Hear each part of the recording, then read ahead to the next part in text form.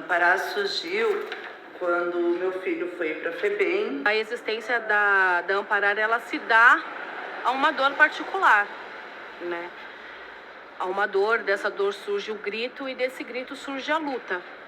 A Amparar, ela iniciou de uma forma muito espontânea, pelas vivências dos familiares, com essa questão da opressão e da violência que ocorriam, né? Essas pessoas que estão nas unidades da antiga FEBEM, Fundação Casa, e das unidades prisionais. Então, essas famílias, elas vivenciavam, né, essas questões e viram que não eram questões individuais, não eram com o seu familiar, não era a sua causa. Elas entenderam que era uma questão mais ampla e coletiva. Em 2005, nossos filhos começaram, logo ingressaram também para o sistema prisional. Quando nós chegamos dentro das unidades, deparamos com aquela situação desumana, que na verdade nos iludiram falando que numa cadeia ou numa FEBEM nossos filhos seriam tratados e seriam ressocializados. A prisão é uma instituição falida, não existe prisão boa, não existe sistema que encarcere e que dê conta de um discurso que faça o ser humano melhor ou qualquer outra coisa. Você não alcança frutos dentro do sistema carcerário, eles não te oferecem nada. Tanto que não existe, né, essa questão de ressocialização, não existe essa questão de segunda chance, né? É um sistema muito cruel, é um sistema muito perverso, né? Você é taxada pelo resto da sua vida. O sistema prisional é perverso em sua estrutura, em sua forma de encarcerar. A ótica de encarceramento, né, é muito focalizada. Então, uma parte da população vai presa hoje em dia. Preso hoje são os jovens de 18 a 29 anos, pobre, preto e da periferia. O sistema carcerário, ele é pré-moldado, ele é feito para o periférico, para o pobre, o preto, né? E uma vez em que nós, essa classe, é assim que somos conhecidos, não temos os nossos direitos cumpridos, né? É para isso que Amparar nasce, para mostrar que tem sim, para mostrar que o meu filho, além de estar dentro de uma Fundação Casa, lá dentro ele ainda é espancado, ele é torturado, ele é coagido. Então, a gente faz as denúncias, vamos para a porta dos presídios, para a porta da Fundação Casa, fizemos a campanha da revista fechatória, porque as famílias são muito humilhadas quando vão fazer as visitas, né? E por vezes há uma naturalização dessa violência. Quando o familiar vai lá e ele é atendido de forma humilhante, quando ele tem que passar por uma revista vexatória, é violento. Quando o adolescente que está lá dentro, ele passa por uma série de privações de coisas, não tem acesso, né? Ou quando tem acesso a só a medicalização, ele é muito medicado, né? Ele não tem acesso à condição de saúde, educação, de uma série de coisas. Que é professado uma fundação, que na real não ocorre, isso também é violência. São diversas denúncias, né? Desde tortura a processos, né, a penas que já foram extintas ou terminadas e que a pessoa permanece ainda dentro do sistema carcerário, né? Mas a quantidade maior de denúncia ainda é essa, né? Do menor infrator que está sendo espancado, que está sendo torturado, né? Do homem ou da mulher também, que os seus direitos não são cumpridos. Eu, como sobrevivente do sistema carcerário, eu levanto essa bandeira porque eu vivi de perto, né? Eu vivi na pele, né? A navalha na carne mesmo, de que seus direitos eles não são cumpridos, né? Você é tratado como escória lá dentro, né? Você não tem direito aos seus direitos. A verdade é essa.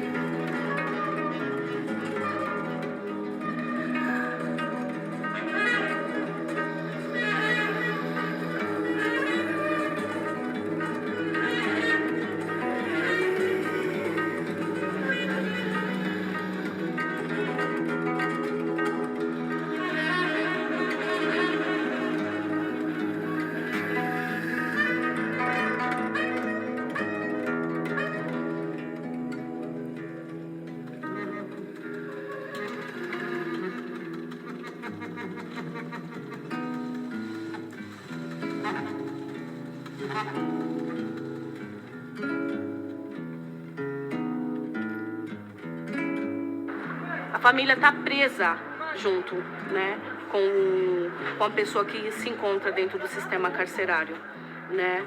Não tem uma outra questão, porque assim, o Estado ele não respalda o preso em nada. É a família que sustenta o preso lá dentro. É a família que vai pagar o advogado. É a família que vai mobilizar os papéis desse preso, entendeu? Então é uma prisão aqui fora também. A mulher, tanto nas unidades da Fundação Casa quanto no sistema prisional, ela sofre opressão dupla, tripla, né? A condição da mulher, tanto fora, né, na sociedade quanto lá dentro, é muito mais perversa, porque é cobrado um jeito de ser mulher, é cobrado que ela dê conta de algumas coisas. Eu, enquanto mãe, meu filho está preso, eu também estou presa, porque quando meu filho está preso, eu também sou marginalizada. Porque os meus direitos também são violados. Quando eu chego no presídio para visitar ele, eu sou maltratada. Você entendeu? Eu não vivo mais a minha vida porque eu vivo a vida do meu filho. Eles não quiseram saber, por exemplo, se a minha mãe, ela teve que escolher muitas das vezes em pagar a conta de energia dela ou de me mandar um sabonete dentro do sistema, né? E é muito sofrido, é perverso, né? Que fazem com a família. Mas com a mulher mesmo, né? Não é nenhuma... Não estou nem trazendo por uma questão feminista, mas não é.